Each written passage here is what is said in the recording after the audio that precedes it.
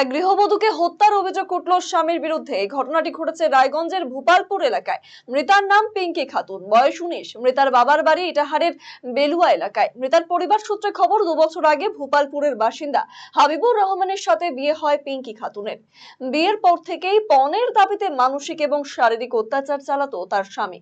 এর আগে বেশ কয়েকবার ঝামেলা হয় এবং তা মিটিয়েও নেওয়া হয়। শুক্রবার বিকেলে হঠাৎই মৃতার বাবার বাড়ির লোক প্রতিবেশী মারফত জানতে পারেন তাদের মেয়েকে মেরে ফেলা হয়েছে।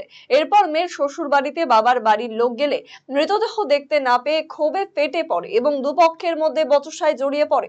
পুলিশ সূত্রে জানা গেছে, দুপক্ষের মধ্যে বচসার জেরে মৃতার স্বামী হাবিবুর রহমান এবং দাদা বাবুল সরকার দুপক্ষের মোট 2 জনকে গ্রেফতার করে পুলিশ। এদিন ওই বধূর দেহ ময়নাতদন্তের জন্য রায়গঞ্জ মেডিকেল মর্গে নিয়ে আসা হয়। অভিযুক্ত হাবিবুর রহমানের কঠোর শাস্তির দাবি করছেন মৃত বধূর বাবার বাড়ির লোক। পুলিশ অভিযুক্ত স্বামীকে গ্রেফতার করেছে। মৃতার মামা নূর আলম বলেন, বিয়ের পর থেকেই পিঙ্কির উপর তার স্বামী সহ শ্বশুর বাড়ির লোকজন অত্যাচার করত।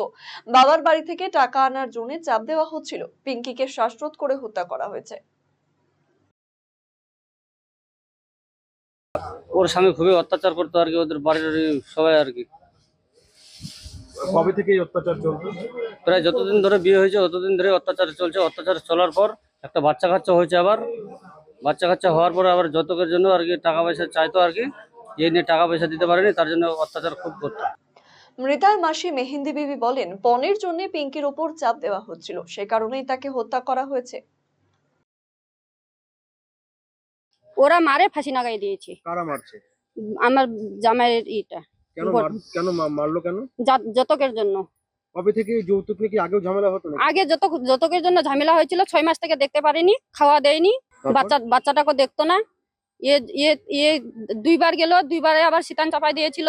সিটান চাপার পরে আমরা ওখান থেকে বিদায় করে নিয়ে আসলাম। আবার আমরা কেস করলাম।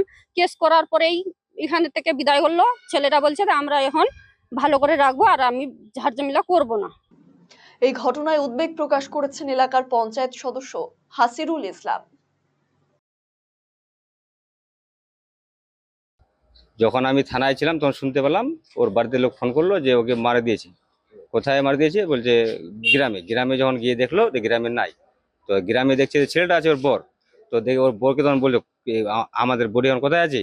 তো বলছে আমাদের এখন হসপিটালে আছে।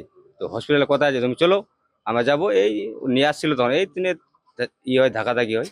তার মধ্যে আসে, যখন দেখে এখানে নাই হসপিটালে, তোর মর্গে আছে। এই অবধি আমরা বডিকে দেখতে পাইনি। তার মানে আপনারা হাসপাতালেও দেখতে পাননি? না না, ততক্ষণে বডি মর্গে চলে এসেছে। মর্গে চলে আসছে। কি মনে হয়, আপনি তো মেম্বার, আপনি কি এই বিষয়টা জানতেন প্রথম থেকে? এর আগে 2বার বিচার হয়েছে।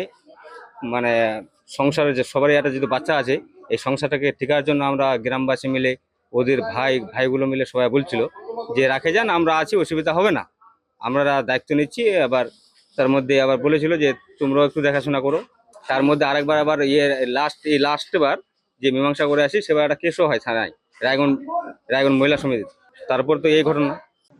রায়গঞ্জবাসীদের জন্য সুখবর, যারা দীর্ঘদিন ধরে পেটের সমস্যায় ভুগছেন তাদের জন্য রায়গঞ্জ দিশারিতে আসছেন ব্যাঙ্গালোরের প্রখ্যাত গ্যাস্ট্রোএন্টারোলজিস্ট ডাক্তার ইরশাদ আলী, HMD, DNB। এখন থেকে প্রতি মাসে নির্দিষ্ট দিনে ডাক্তারবাবুকে দেখাতে আজই যোগাযোগ করুন দিশারি হেলথ কেয়ার, উকিলপাড়া, রায়গঞ্জ শাখায়। যোগাযোগ করুন 7477785509 এই নম্বরে এবং 7477785512 এই নম্বরে।